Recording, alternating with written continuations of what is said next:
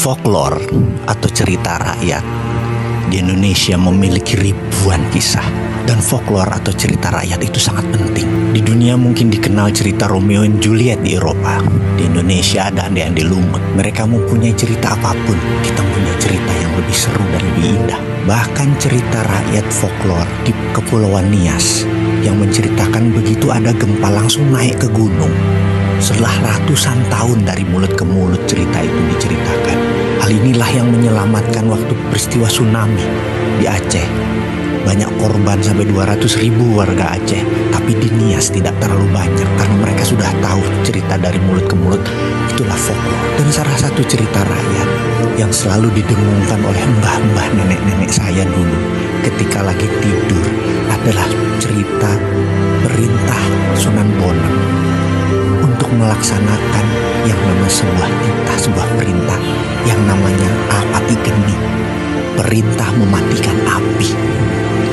Sunan Bonang tahu budaya api adalah dekat dengan budaya metal, di mana membuat keris, membuat peralatan metal semua menggunakan geni atau api atau dahono.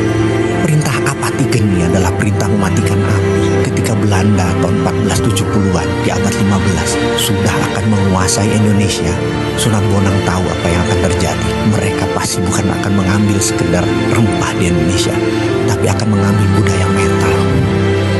Dan langsung diperintahkan perintah apati geni tersebut. Dan sejak saat itu sudah 400 tahun lebih budaya metal di Indonesia masuk ke dalam permukaan tanah. Dan salah satu peristiwa yang saat ini selalu didengungkan oleh mbah dan eyang adalah suatu hari nanti perintah tinitah sumuruping geni, perintah menyalakan api akan dilaksanakan segera. Dan ketahuilah para sahabat, kayaknya waktu itu adalah sekarang.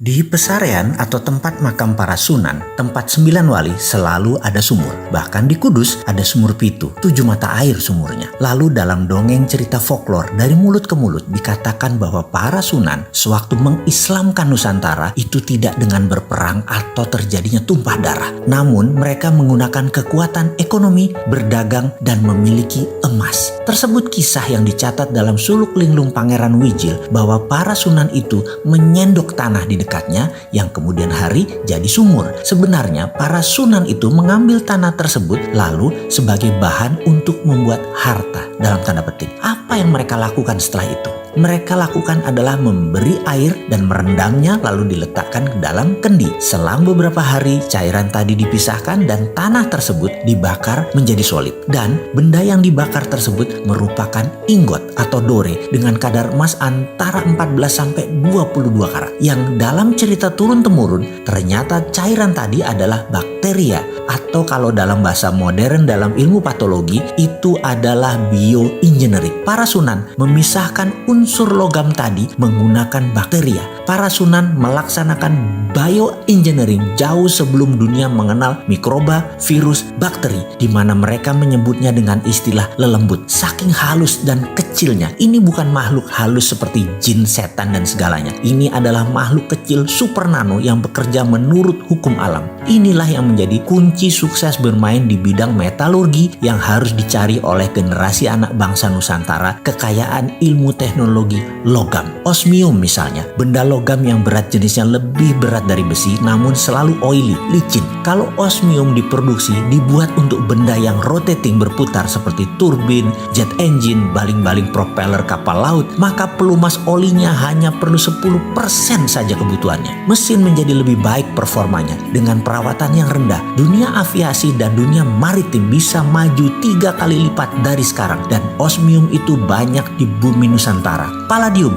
yang lebih kempling mengkilat, lebih ringan dari platinum tapi lebih kuat mutunya akan membuat dunia kesehatan seperti laser, heavy duty, permesinan, transportasi, drone akan menjadi sangat murah. Rhodium lain lagi bisa minus resisten pengantarnya hingga alat komunikasi bisa lompat menjadi 6G, 7G, bahkan 10G. Lebih cepat lagi lagi data tertransfer. Thorium membuat listrik tenaga nuklir tidak lagi berbasis uranium yang berbahaya. Membuat biaya listrik berbasis minyak bumi, batu bara menjadi kemahalan karena dengan thorium per kilowatt hour hanya $0,3, jauh di bawah harga batu bara yang $0,8 dan jauh di bawah gas yang $1,1 untuk energi listrik. Semua itu adalah budaya metal. Mulai dari metal biasa, metal tanah jarang atau rare earth, hingga precious group metal. Semua ada di tanah air tercinta ini. Sebelum melangkah jauh, kita merenung sejenak, menengok apa yang para Sunan sudah lakukan untuk anak cucunya, untuk bangsa Indonesia. Bukan hanya nikmat agama Islam,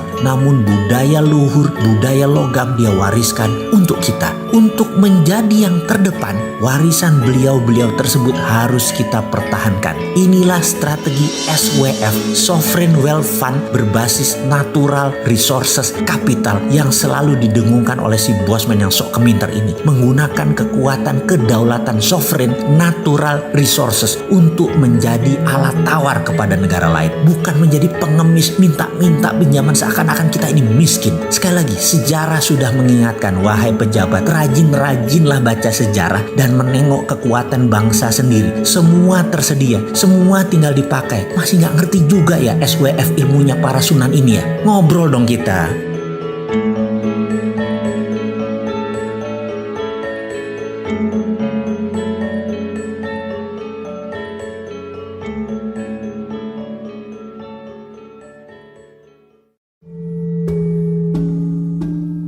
Kita menengok sejarah sebentar. Sebelum Kopernikus menyatakan matahari pusat semesta, maka dunia ini konstanta matematika dan fisikanya tidak pernah stabil. Tidak banyak penemuan yang jenius karena semuanya banyak yang belum pasti. Matematika dan fisika itu ilmu pasti, belum menjadi ilmu pasti saat itu karena konstanta bilangannya tidak stabil. Ketika Kopernikus memberikan pernyataan matahari pusat semesta, dia dipenjara oleh gereja. Namun sahabatnya yang lain, Leonardo da Vinci, terinspirasi. Dia menjadikan nol patokan semesta di matahari dalam setiap perhitungan kalkulasi di dalam karya-karyanya. Membuat dia menemukan aha moment, yaitu semua mendadak menjadi pasti dan fix. Dia saat itu menciptakan lebih dari 6.000 paten karya-karya baru. Karena akhirnya ditemukan patokan tadi, membuat konstantanya konstan atau diam. Dunia menjadi terang, illuminate, karena akhirnya semua ada patok yang diam.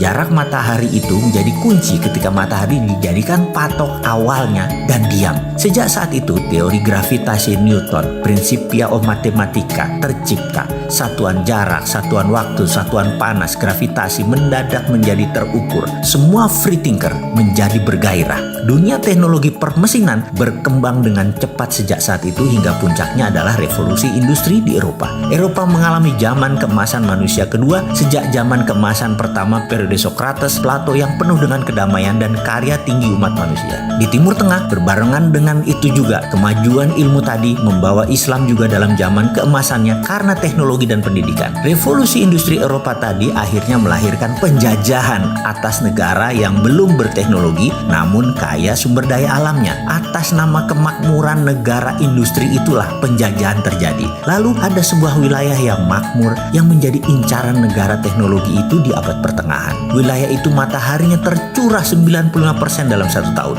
Sumber airnya banyak dan memiliki pegunungan vulkanik dan tektonik yang panjang yang setiap saat memuntahkan sumber pupuk yang subur. Penduduknya bercocok tanam dan nelayan. Pelautnya handal, pertaniannya sudah mengikuti musim serta sistem irigasi yang mumpuni dan juga punya budaya kesenian yang tinggi. Jika sahabat ingin tahu tingginya sebuah peradaban, lihatlah seninya. Eropa di masa jayanya, zaman Renaissance, alat musiknya terbuat dari senar, kayu bahannya. Biola, harpa, piano, drum juga dibungkus pakai kulit binatang. Bangsa Cina dengan kecapi, senar, suling. Lalu Timur Tengah ada rebana, gendang, India, suling, sitar, kayu, dan senar. Namun bangsa makmur yang namanya Nusantara telah menggunakan logam logam sebagai alat musiknya, berupa gong, gamelan, berbahan logam dengan nada pentatonik yang unik, tembaga, suasa atau emas muda, dan banyak lagi unsur logam yang digunakan dalam alat musik tradisional Nusantara. Di Nias, di Kutai, di Jawa, di Sulawesi, semua terdapat jenis alat musik berbasis logam. Budaya ini sudah ada ratusan tahun yang lalu. Budaya logam Nusantara sangat tinggi. Karena itu ketika Sunan Bonang memerintahkan Apati Geni, perintah mematikan api, budaya logam disimpan rapih. Semua api peleburan dimatikan, ditutup rapat. Sehingga ketika penjajahan datang di muka bumi Nusantara, bukan saja mereka ingin mencari rempah, namun pastinya mereka mencari budaya logam. Data tersebut hilang di telan bumi. Para sunan tahu penjajah tadi sekali lagi bukan mencari rempah. Ada yang lebih tinggi dari rempah, yaitu mereka mencari budaya logam. Cerita ini mungkin hanya folklore atau cerita rakyat. Namun cerita ini menyebar terus karena tradisi Nusantara adalah budayanya pitutur, bertutur, bukan budaya tulisan. Cerita ini adalah cerita yang biasa mbah-mbah saya ceritakan di malam hari Ba'da Isya di kampung saya dulu. Yang dilanjutkan begini, ada 2 perintah Sunan Bonang kala itu. Yang satunya lagi, yang kedua adalah nanti di generasi 17 setelah dirinya, tinitah sabdo sumurping geni, perintah sabda menyalakan api akan dilaksanakan. Sahabat, sesungguhnya saat ini adalah zaman keturunan ke-17 dari Trah Kasunanan. Jadi sekedar mengingatkan, waktu itu adalah sekarang.